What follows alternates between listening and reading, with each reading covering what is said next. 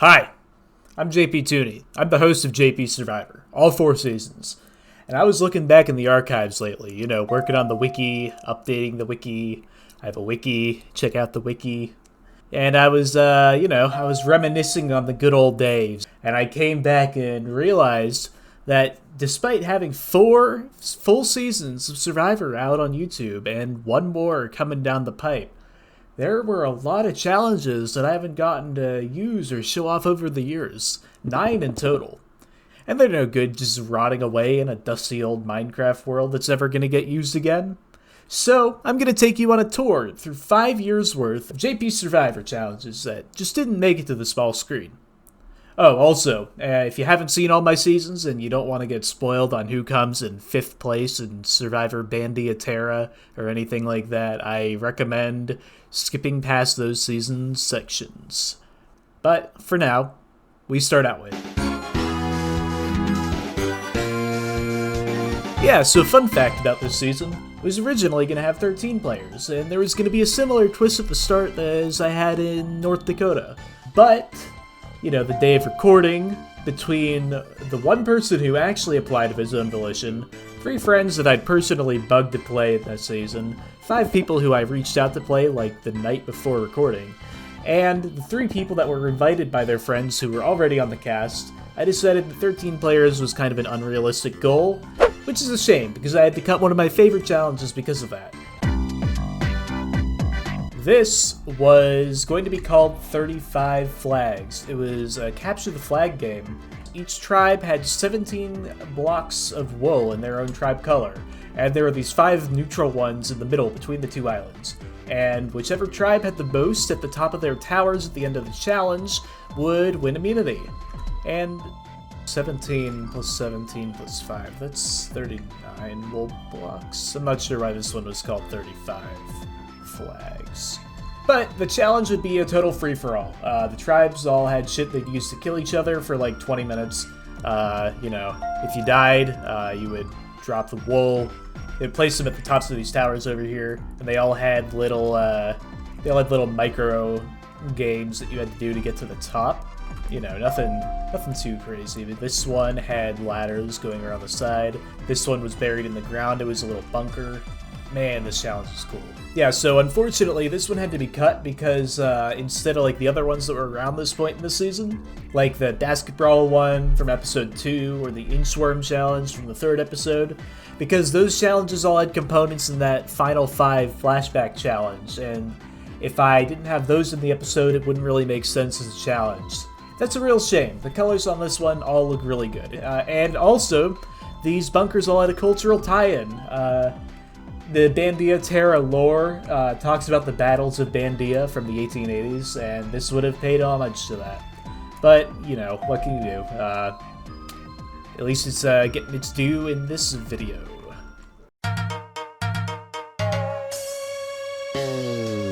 Yeah, so at first, this challenge was going to be set for reward at the final 8 of the season, and then eventually skipped it altogether to save time the day of. So this one was originally going to be based on that charades challenge from Australian Survivor 2017. Each player on a tribe would get a word, and they would have to use the wool in these chests to build it to the best of their abilities. And whoever guessed the word first would win a point. And looking at my notes here, the first tribe to 5 points. Jesus, 5 points. I was really optimistic back then. First tribe to 5 points would win a reward, where it looks like they'd just get a minute to practice the next immunity challenge. Yeah, I think this one could have been fun. The Artie tribe kind of joking around, they could have been really funny, and especially comparing that to how miserable those who are still left on Falsa were. Yeah, there's only so much time in the day, and people were getting kind of sleepy, a little bit tired. But yeah, this wasn't even the last reward challenge of the season that had to be cut. There were a lot of fun ideas for the season that just unfortunately never saw the light of day. And the next one of them was... This challenge was originally going to be run in 2 teams of 3 at the final 6 of the season. So there were 2 challenges from the final 6 round that had to be cut for the season. due to the unfortunate circumstances of Saramed's death. Basically, this was a relay race of a few different kinds of mazes. Each team's first member would have to race through this water maze where they could swim through it to get through it quicker.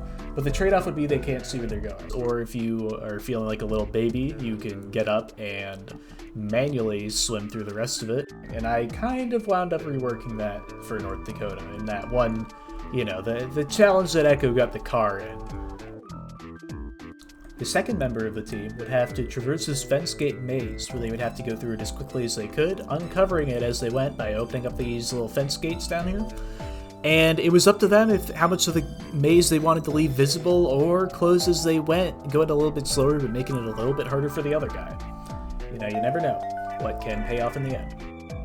And then the third one, this component wound up being used in the challenge that I mentioned before, where there were components of past challenges. It was an invisible maze where you can see there are fences hidden under these carpets that make it so you can't walk through them normally. Players would have to blindly run through this, and then they would eventually come out on the other side.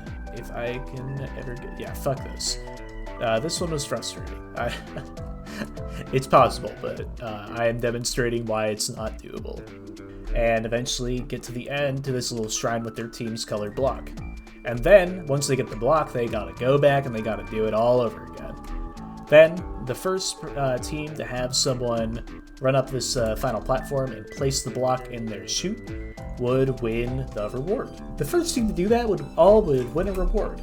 And which, according to my old notes here, is that they would go to the reward aisle and receive an advantage in the next challenge. But the original plan was for the aisle to also have an idle clue, and that was going to say, fuck you, there's no post-merge idle, because I guess I just really didn't like idols back then.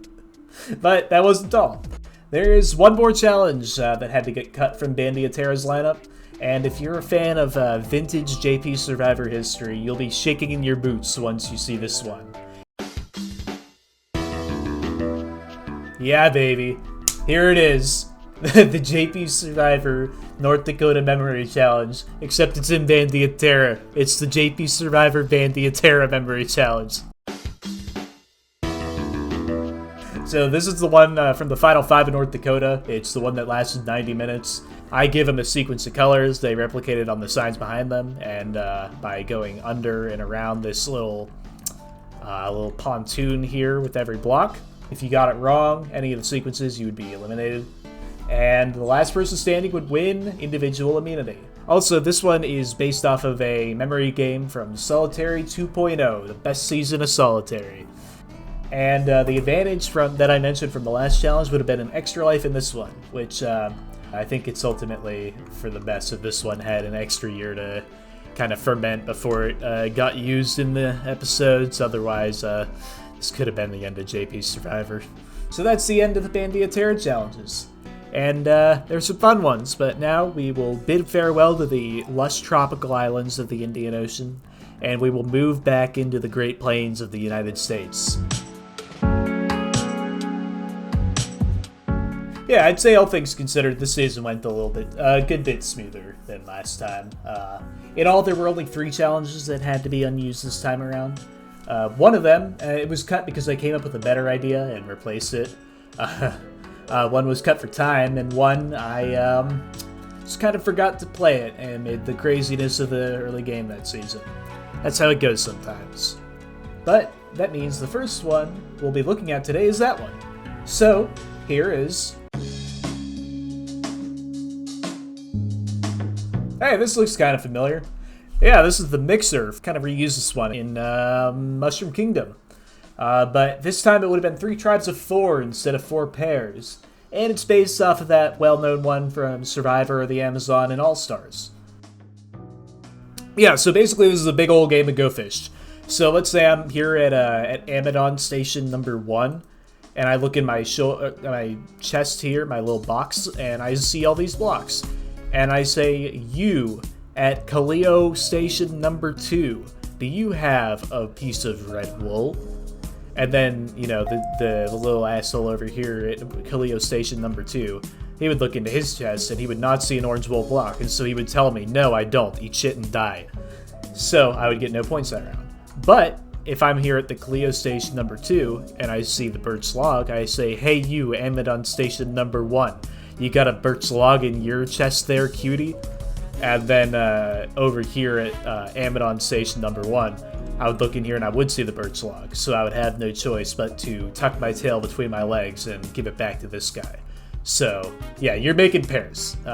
You're making pairs. And this one's a little embarrassing to admit, but I just kind of forgot to run this one when we were doing it because of how kind of batshit crazy those first couple of rounds in North Dakota were. You know, it's alright. I think it's for the best that I did because this build is not the best. Just some holes in the ground. Shame on you, 19-year-old JP Tooney. And this wasn't even the last challenge I had to cut from this round. There was originally an immunity challenge later, rather than the ladder endurance one that we saw in our timeline. And that one was... yeah, I don't love this one. So, I think this one, I think there's some potential for a fun challenge here for sure, but in my opinion, it's one of the more generic ones that I've come up with in my day. So this one was originally based off of that one challenge from Survivor Cook Islands, Micronesia, Caramoan, Covrong, and probably some Australian seasons, I can't remember. 2 people down below would have these doors in front of them, and they would use the doors to make a path for the player up top. So the 2 players up here, they would have to follow the path made by these 2 doors by the guys down below, and eventually they would reach a checkpoint right here, where they would begin the next phase of the challenge, where they would have to split off into 2 paths, 1 person on each of these paths. And then once there was 1 person on each path, they would each step on one of these pressure plates, and then that would open up the gate into the final section, where all 4 members would run in here, and then they would have to all stack themselves on top of this glass pane right here. This was in that dark phase, also known as the first 3 seasons, before I sold out and started doing things like challenge testing and getting feedback. So for all I know, the weirdness around player collision and that kind of shit, this might have been just a pipe dream. Or one of those legendary challenges that takes forever because they're literally unplayable. Lord knows I've done some like that before. We'll never know, I guess. I think the challenge in the round after this one with the pressure plates in the wall kind of employed that whole balancing theme a little bit better than this one could have, but I guess it depends. More dysfunctional tribe probably would have been entertaining to see here at the very least. But speaking of dysfunctional, we got one more challenge to look at today, and it's the only one that I had to intentionally cut for time from this season.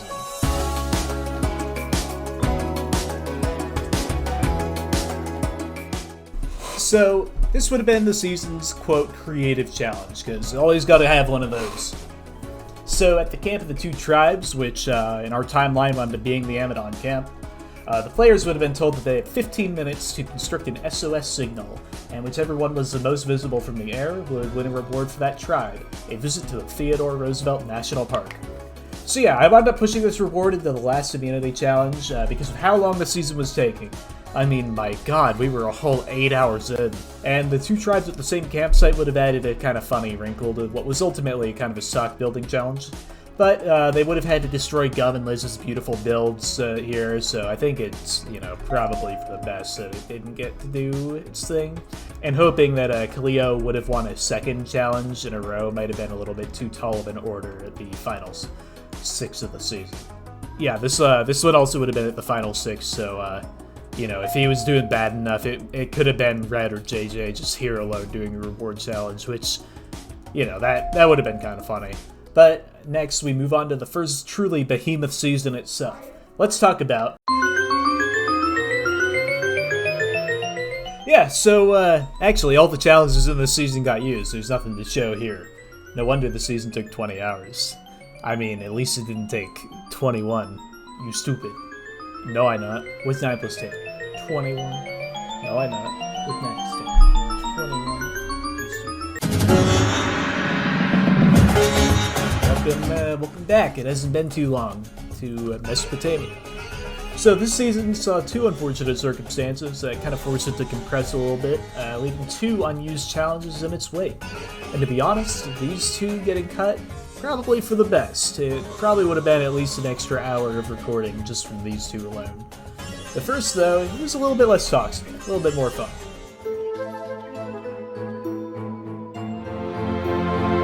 So this one right here, this would have been based on the Royal Game of Ur. That is the oldest board game we've ever discovered, which, you know, surprise fucking surprise, it came from Mesopotamia. So this one was the originally planned Final 8 reward challenge. Each team has 3 pawns and a runner. Runner starts up here. They run down the course down here. Then they get up to this tent. They basically, quote, roll a die. They run up here, then they place the head up here, and they check in.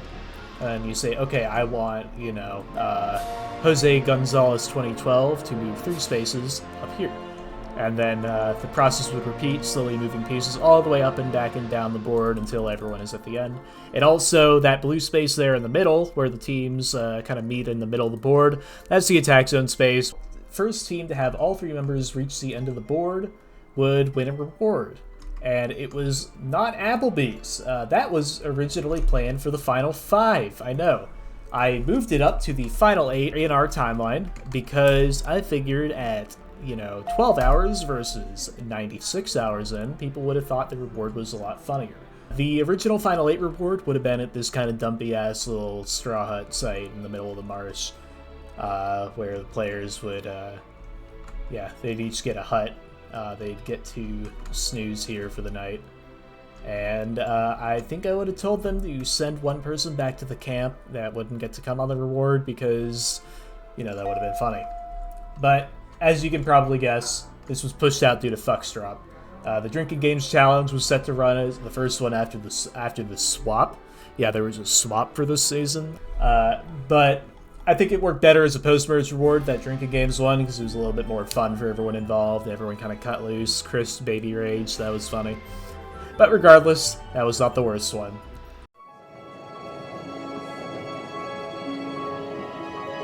Now there's the camel over there. That's from the Final 5 reward challenge. You know, the one where they got a Mesopotamian car. Keep the continuity here at JP Survivor. So, this one was based off an observation that a lot of the houses in this region, like back in the olden days, they were built of mud bricks, so they would dry out in the sun, and they would just be demolished and rebuilt on the same site, and eventually there would be a nice little pile of detritus underneath each house, and there'd be that mound of packed mud underneath. So this one was going to be kind of based on that, where the players have 3 houses that are each built with the exact same materials. First thing they gotta do is they gotta use this chest and rebuild that house down there, up here, and press the button, and once that light lights up, they've done it right and they move on. And they repeat that process 2 more times, running down the sand dune where they tear this house down and use the materials to build that one up there. They press the button, they got it. Then they run up here, and down there is another house where they use the materials to build it.